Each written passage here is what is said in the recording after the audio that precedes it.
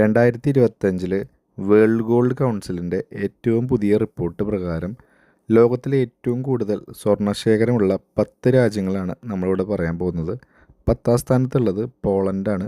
448.23 ടണ്ണാണ് പോളണ്ടിൻ്റെ കയ്യിലുള്ളത്.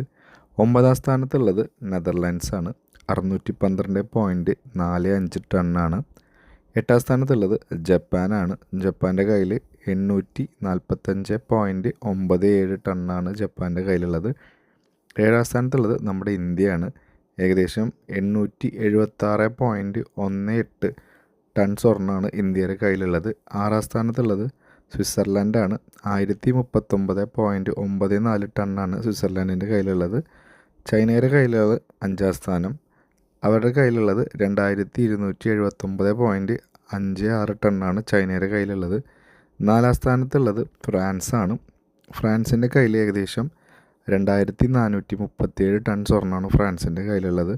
3ാം സ്ഥാനം ഇറ്റലിയാണ്. ഇറ്റലിയുടെ കയ്യിൽ 2451.84 ടൺ സ്വർണ്ണമാണ് ഇറ്റലിയുടെ കയ്യിലുള്ളത്. 2ാം സ്ഥാനത്തുള്ളത് ജർമ്മനിയാണ്. ജർമ്മനിയുടെ കയ്യിൽ 3351.53 ടണ്ണാണ് ജർമ്മനിയുടെ കയ്യിലുള്ളത്. 1ാം സ്ഥാനത്തുള്ളത്, അതായത് ഏറ്റവും കൂടുതലുള്ളത് അമേരിക്കയാണ്. അമേരിക്കയുടെ കയ്യിൽ 8133.46 ടൺ സ്വർണ്ണമാണ് അമേരിക്കൻ ശേഖരത്തിലുള്ളത്. അപ്പോൾ ഇതുപോലെ പുതിയ അപ്ഡേറ്റ്സുമായിട്ട് വീണ്ടും വരാവുന്നതാണ്.